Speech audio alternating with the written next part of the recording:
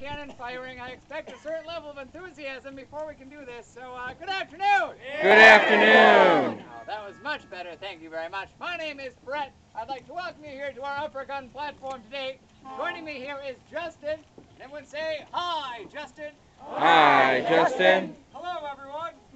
Justin will be showing you all how to clean, load, prime, and fire our Model 1841 6-pound field cannon. Now, does anyone know why I call this a 6-pound cannon? It obviously weighs more than 6 pounds. Fires a 6-pound ball. That's right. It fires a 6-pound cannonball, and it could do so up to 1 mile away. For your reference, it's just past the shores of Rhode Island out there. But it's incredibly inaccurate at a mile. I have no idea where it would land. I'd hit the island, that's the best I could tell you. A more accurate distance is about half a mile, which is at the end of the stone break walls out there. Now, if there was a 100-foot target that was not moving, I could probably hit it 1 out of 3 times. I was considered part of an excellent cannon crew. So fortunately for me and Justin, we're not firing a cannonball for you here today.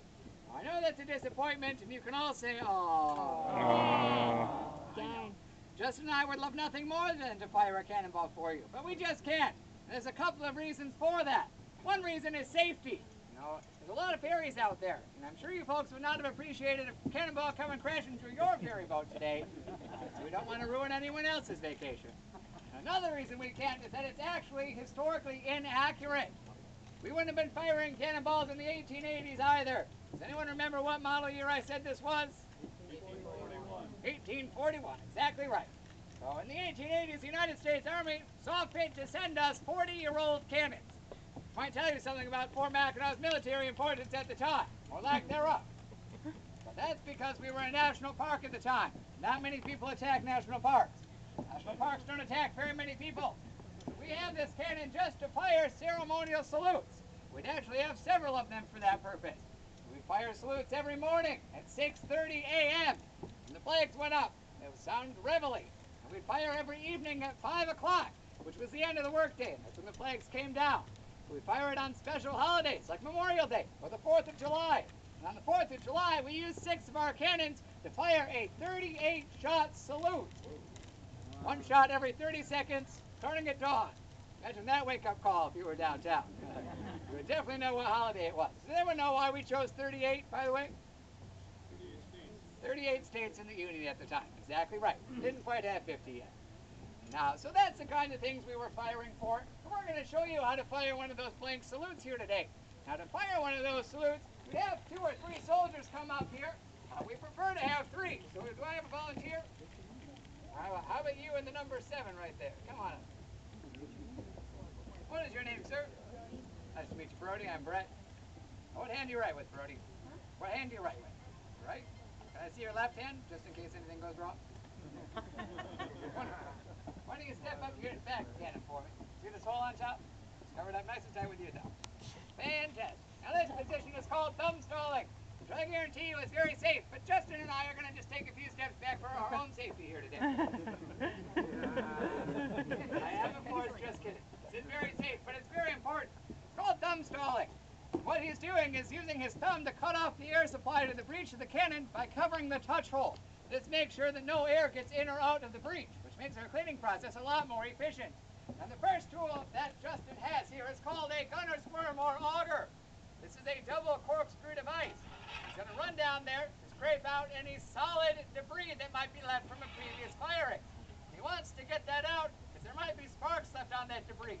The last thing Justin wants to do is load in a new charge on live sparks. That would be a terrible way to end his afternoon. Now, to help further prevent sparks from surviving, we have another tool called the wet swab. Now, the wet swab is essentially a large, dirty, wet Q-tip. Dunk it in a bucket of water and run that down the barrel as well. That helps us extinguish sparks in 2 ways. 1, because it's wet. Fire and water don't mix. 2, there's a little thunk there at the end of the cannon. Using our thumb staller and the wet swab, we created a vacuum inside the cannon. Inside a vacuum, you can't have oxygen. If there's no oxygen, there's no sparks. A little chemistry lesson for you as well. All right, how you doing, Brody? Good. Can you take your thumb off there for me? Turn around, give everyone a thumbs up with it. He's done a wonderful job, folks. Give him a round of applause. Thank you very much, sir. I'm I'm going to continue to thumbstall here while Justin loads in our charge, which for your folks' salute today is 3 ounces of black gunpowder wrapped in some historically accurate Reynolds wrap aluminum foil. In the 1880s, we would have been using a cotton sack to wrap a 10-ounce salute charge, but that could send burning cloth into Marquette Park today. Kind of a fire hazard being on an island and all. So now we're going to seat that down with a correct safety ramrod. Now you'll notice there's a bend in the design here that allows Justin to stand off to the side. Now in the 1880s, we didn't have a curved ramrod. We had a straight one. That would force him to put his body right in front of the barrel of the cannon, pounding down on live gunpowder. Not particularly safe. So now we're going to roll the cannon into firing position. And Justin's going to step around to the rear of the cannon and pierce open that foil charge with a brass vent pick or a gimlet. The reason he's piercing that open is to expose the gunpowder inside to a spark created by our ignition device, which is called a friction primer. This is a small brass tube filled with black gunpowder, topped with a friction-sensitive material and a pin, kind of like a little grenade. And I put in the touch hole where we had our thumb there for a little while, and attach a lanyard to the pin. We'll give that a pull, and that creates a spark, which ignites the powder in this tube, which will ignite your folks' salute. With that, Justin's attaching the lanyards. We are just about ready to go. So if you'd like to cover your ears with nature's earplugs, now's a good time to do that. Just insert like so. Fantastic. Now there are just 2 commands to fire this cannon. They are ready. Fire! And there's your folks' cannon salute to welcome you all here to the island. Now before you head out, I've got one announcement to make. If anyone is interested, I will be leading a short walking tour that will discuss the history of Fort Mackinac through the different firearms we would have used here throughout its 115-year period. If you'd be interested in seeing that demonstration, I'll be right down at the corner of the parade ground in just a moment. Just got to clean up here, and I'll be right down. Thanks for coming up, folks, and have a wonderful day. Thank you.